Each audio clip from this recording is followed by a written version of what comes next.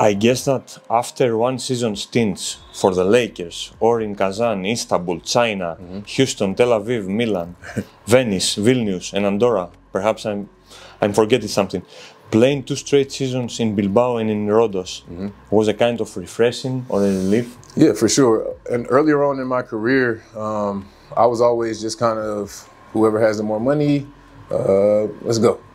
When I got a little bit older, I had children, wife, we needed stability, so I started to look for a home, somewhere where I could be, and the fans show me love, and the people really appreciate my talents, and somewhere where my family can be and grow together. So Rhodes has been that for me. My family loves it there, I love it there, and it's been a good 2 years. Did you and your family get used to the Greek culture?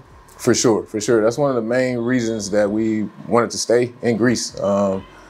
The way that everybody cares for each other, the families, the way that the families all stick together, everybody's working together, everybody's passing things down to their kids. That's something that we don't really have in the States, and that's something that I want to build with my kids. So the culture, the souvlaki, everything, the islands, I love it.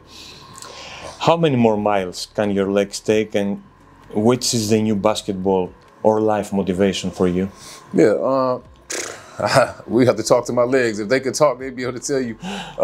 But I feel good. I think that as long as I keep my weight down and I stay in good shape, eat the right things and take care of my body, I can still play. I still feel really good. I still feel pretty quick and sharp. So, you know, I don't have a time limit on it.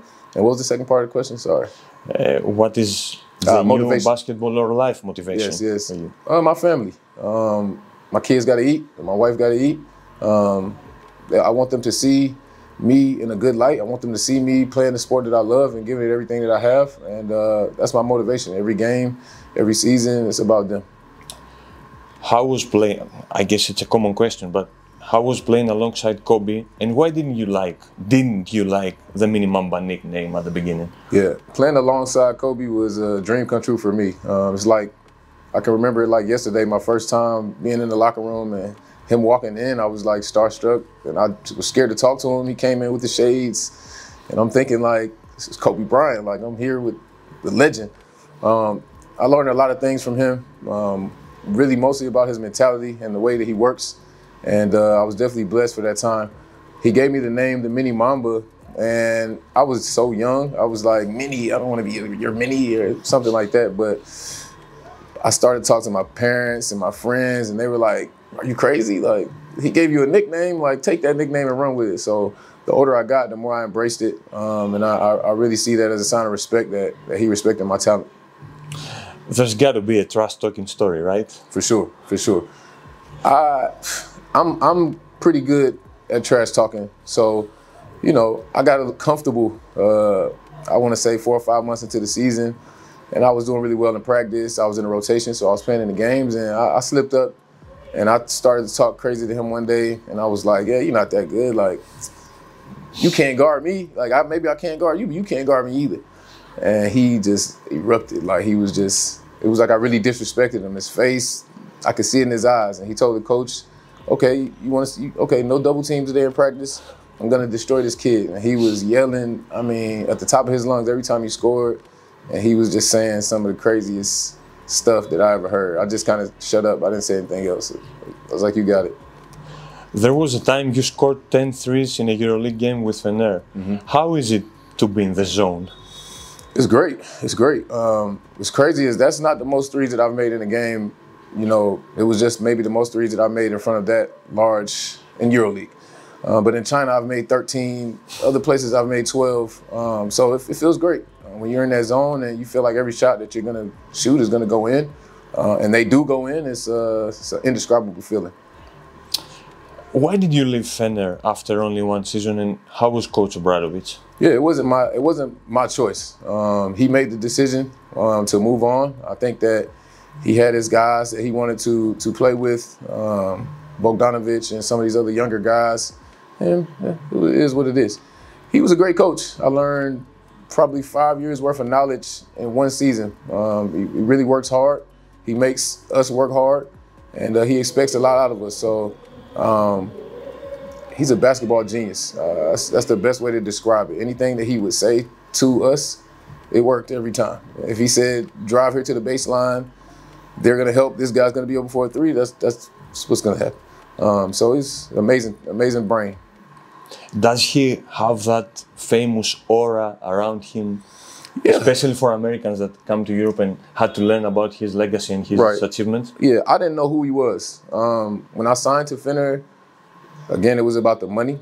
And my agent was telling me, like, this coach is a little crazy. So he's a really good coach, but he's a little crazy. So you need to, and I was like, I've had all coaches and I'm not worried about it. And he was like, he's a legend. And, you know, when I first saw him, I was just kind of like, but after a few months, and hearing everything that he was saying and the way that he was teaching us and learning his background and his legacy and how big of a legend he is, I gained tremendous respect for him. Who is the craziest coach you ever had? Probably Obradovic. Probably, not probably, for sure. Trinchieri is a close second. Okay. You played in Fener 10 years ago. Mm-hmm. Has basketball changed since then, and do you think that it will change more in the next decade? For sure. When I came to Europe, when I was at Fener, there weren't so many quick shots. There was a lot more defense being played. Even in the NBA, the whole game has changed. A lot more threes, a lot more transition shots, a lot faster paced game, and I think it's going to continue to change. I think basketball that's just what happens. From the '80s all the way to now, every 10 years or so, the game changes. So as long as you're able to put the ball in the hole, that doesn't change. And I think that's what everybody should focus. I don't know if you generally like the so-called what-ifs or something, but do you ever wonder or perhaps regret what if you have never left the NBA? No, of course I've thought about it, especially when my main desire was to be in the NBA. I always thought, you know, I should be there. I have the talent. I've destroyed all of these guys. I see some of these guys on TV that I've killed plenty of times, but that just wasn't my path. That's not what God planned for me. And the older I got, you know, I realized that my purpose was to be in Europe. My purpose is to play here, and I embraced it, and I love it here. I think that more people know me here than they do in the States, for sure. So I like to inspire the kids. I like to inspire everybody here in Europe. I think that's my lane. Is there any misconception Americans have for European basketball, and is it true that back in the day, playing in Europe was something a failure for NBA players in their minds? Yeah, I mean, I think for sure a lot of guys that have never been in Europe, they have a misconception maybe about the way the game is played. The game here is much more cerebral than it is athletic. In the States, it's all about athleticism. You're going to dunk on somebody, you're going to cross somebody over, you're going to try to shoot threes from half court and things like that. When you come here, it's more about details. It's more about coaching. It's more about X's and O's. It's more about defense, playing hard. And that's a thing that really shocks a lot of guys when they come over here. It's not easy to make the transition from the NBA or America to coming here and playing and thinking that you're going to come and score 20 points and you're going to do all these things. Some guys do, but the majority of those guys is very tough. Is basketball such, and sports generally, a defining side of athletes' lives? Is there room to change that aspect? And what is your definition on purpose of life? Yeah, I think that, you know, a lot of us that play basketball or a sport, it becomes our life at some point. We spend more time on the court or on the field with our teammates than we do with our families. And it can kind of take over your life if you let it. I think the older that I've gotten, I mean, I've got 4 kids, a wife, and I live a pretty normal life. I'm taking my kids to school every day.